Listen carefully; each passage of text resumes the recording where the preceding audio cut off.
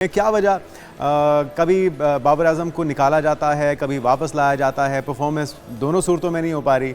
अब तो कप्तानी का बोझ भी नहीं है, तो अब सिर्फ बाबर आजम का मामला भी नहीं है, बाकी भी कोई नहीं चल रहा। तो ये हो क्या रहा है? अगर उनको तीसरे पे बाबर आजम को ना भेजें तो पहले पे भेजें, अगर किसी भी पोजीशन पे वो नहीं चल रहे तो फिर उन्हें लाया क्यों जा रहा है? देखिए जुनैद भाई, सबसे पहले तो शुक्रिया आपका, अपने प्रोग्राम में मदऊ किया। आप ये देखिए ना कि एक टीम जब बनती है, सिलेक्शन कमेटी जो है एक टीम बनाती है, तो उसमें कोई क्राइटेरिया होता है कि हमने जो है 2-3 ओपनर करने हैं, 2-3 मिडल ऑर्डर करने हैं, उसके अलावा 2-3 हमारे पास फास्ट बॉलर चाहिए, 2 स्पिनर होने चाहिए। लेकिन हमारे यहाँ जब भी टीम T20 की खास तौर पर बनती है, आप मुझे बताएं, एक टीम में 6 ओपनर हैं और 6 ओपनर में से आप 1 से लेकर 6 नंबर तक जो है वो ओपनर को खिला रहे हैं। तो ये कौन सी सिलेक्शन है? सिलेक्शन कमेटी क्या कर रही है? आगे जावेद साहब क्या कर रहे हैं? हेड कोच क्या कर रहे हैं? क्या पूरी इस हमारे जो जितने भी हम क्रिकेट खेल रहे हैं, इस क्रिकेट में हमारे पास 1-2 मुस्तनद बल्लेबाज नहीं है जो मिडिल ऑर्डर में बैटिंग कर सकें? ऐसा कुछ भी हमें नजर नहीं आ रहा। और जो प्लेयर जो है पाकिस्तान टीम के लिए अच्छा होता है उसे बाहर कर दिया जाता है और फिर उसको जो है कुछ अरसे बाद ले आया जाता है। अब मुझे बताएं कि उस्मान खान को किस बेस पे वापस लाएं? क्या परफॉर्मेंस थी उनकी? पहले बाबर आजम को आप बात करते हैं कि उनकी परफॉर्मेंस सही नहीं है, फिर दोबारा 10 महीने के बाद वापस ले आते हैं। क्या परफॉर्मेंस थी? आकर उन्होंने क्या किया वो आपके सामने है। 3 साल से बाबर आजम का बल्ला बिल्कुल खामोश है। वो ना तीनों फॉर्मेट में कोई सेंचुरी बना सके, ना कोई ऐसी इनिंग्स खेल सकें जिससे पाकिस्तान टीम को फायदा हो और पाकिस्तान टीम जीती हो। तो मेरे ख्याल में हमारे जो टीम है ना, मुझे नहीं लग रहा कि हमारे पास बेंच स्ट्रेंथ इतनी मजबूत है जो ऐसी दूसरी टीमों की है। जब आप होम ग्राउंड में होम क्राउड के सामने इस तरह की बुरी शिकस्त से खाएंगे तो फिर शायकीन आप पर कहाँ पर। आप देखें, जहां भी हम जाते हैं तो जिससे क्रिकेट की बात करो तो वो जो क्रिकेट देखने वाला, जो समझने वाला, वो एक ही बात कहता है, यार छोड़ें, पाकिस्तान टीम की बात ही ना करें, उनकी तो कोई परफॉर्मेंस ही नहीं है। तो रही बाबर आजम को कितना लोग सपोर्ट कर रहे हैं, आप खुद देखें कि स्टेडियम में और कोई बिल्कुल सही नारा कह ही रहे हैं। होता अच्छा, बाबर। बदिर जमा, हम लोग तो बाबर आजम को सपोर्ट करते हैं और बड़ी मोहब्बत भी रखते हैं बाबर आजम से। कामरान अकमल जो है वो कहते हैं कि कोच, कप्तान और सिलेक्शन कमेटी कसूरवार है इस हार की। वो तो बाबर आजम को या प्लेयर्स को कसूरवार ठहरा ही नहीं रहे। क्या ये दुरुस्त होगा सिर्फ सिलेक्शन कमेटी, कप्तान या कोच को कसूरवार ठहराना, या फिर प्लेयर्स का भी उतना ही कंट्रीब्यूशन है जितना इन सब का है? सिलेक्ट नहीं सही से प्लेयर्स को किया गया या उन प्लेयर्स को शामिल नहीं किया गया जो कि अच्छी परफॉर्मेंस दे सकते थे, खेल सकते थे? देखिए, कामरान अकमल जाहिर है वो खुद भी क्रिकेट खेले, उनको ज्यादा पता होगा। लेकिन आप बिल्कुल वो सही कह रहे हैं। देखिए, हेड कोच क्या करता है, हेड कोच को क्या टास्क दिया जाता है, कप्तान को क्या टास्क दिया जाता है और सिलेक्शन कमेटी क्या करती है? सिलेक्शन कमेटी का काम तो ये होता है ना कि जो बेस्ट 11 या बेस्ट 15 लड़के हों उनको टीम में शामिल किया जाए। और एक क्राइटेरिया मैंने पहले आपको बताया कि 2-4 ओपनर होते हैं, 2-3 मिडल ऑर्डर होते हैं और इस ऐसे टीम बनाई जाती है। यहाँ तो किताबी क्रिकेट मुझे लग रहा हो रही है, जैसे हम बच्चे जो है किताबों में क्रिकेट खेलते थे वो वाली क्रिकेट हो रही है कि इसको ले लो, इसको बाहर कर दो, इसको ले लो, इसको बाहर कर दो। मुझे बताएं कि आप जब से हम वर्ल्ड कप आ रहे हैं उसके बाद ये कहा जा रहा था कि हम जो है क्लीन ऑपरेशन करेंगे और टीम में सर्जरी होगी और ये होगा।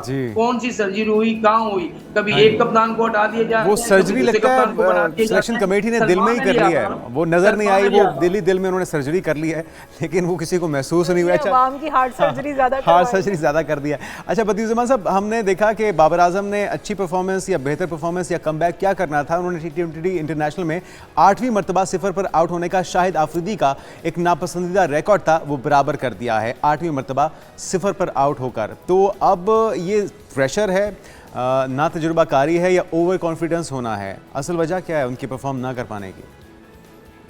असल में मसला ये है कि हर खिलाड़ी को जो ना अपने, अब ये है कि टीम में मैं जगह मेरी पक्की हो जाए, वो उस चक्कर में प्रेशर में आ जाता है और प्रेशर में आने के बाद वो वाली परफॉर्मेंस नहीं दे पाता जो उसको माजी में वो देता रहा है। देखिए, बाबर आजम वो प्लेयर है जो टेस्ट में भी परफॉर्म करता रहा है, वनडे में भी और T20 में भी। लेकिन अब 2-3 साल से क्या हो गया कि उससे परफॉर्मेंस नहीं हो रही।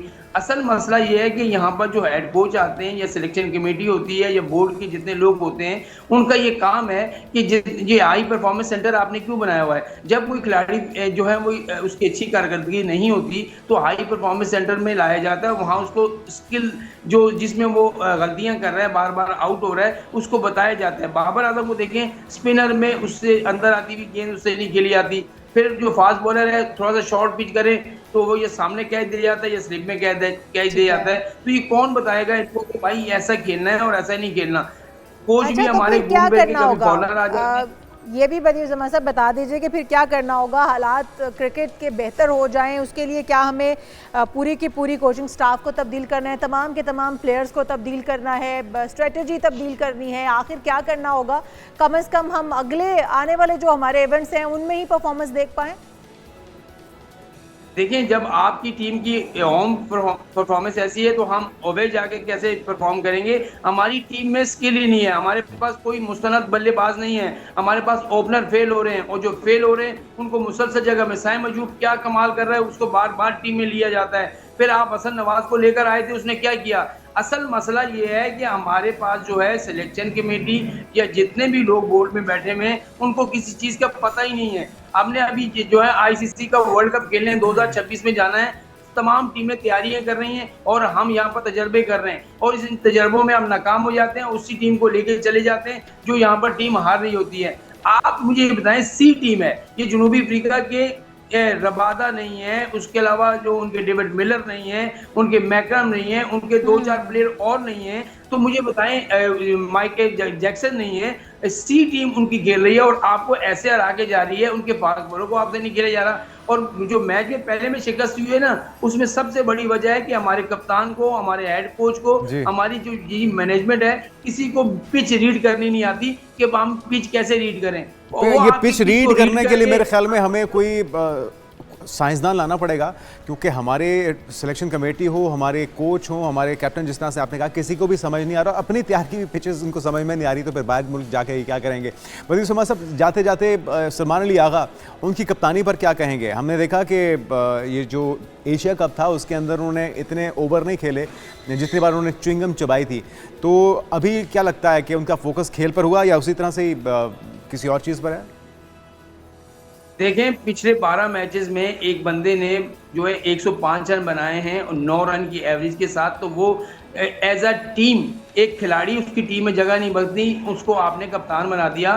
तो ऐसा नहीं होना चाहिए। कोई डिजर्व कप्तान जो होता है उसको कप्तान बनाए। कि आखिर क्या कसूर था मोहम्मद रिजवान का? वाइट बॉल में अच्छी कप्तानी कर रहा था। और उसके अलावा मोहम्मद हारिस पे आपने तजर्बे किए, 12-15 मैचेस दे दिए, उसने क्या कर दिया? उस्मान खान विकेट कीपर, राशिद लतीफ़ ने कहा था ना कि अब हमारे पास सरफराज के बाद जो है कोई विकेट कीपर नहीं है, क्योंकि अब स्टॉपर आ रहे हैं। जो भी गेंद को स्टॉप कर ले वही विकेट कीपर है। कोई 6-7वें नंबर पर बैटिंग करता है, उसको पता नहीं होता मैंने करना क्या है। तो हमारे पास आइंदा आने वाले वक्तों में, ये पहले लिख के आपको दे रहा हूँ, कप्तान का तो हमारे पास काल है ही है, लेकिन आपको विकेट कीपर भी ढूंढना बड़ा मसला हो जाएगा। आपके कीपर की भी हमारे पास कमी है, हमारे पास बल्लेबाजों की, बॉलर्स की, फास्ट बॉलर्स की, स्पिनर्स की, सबकी कमी है।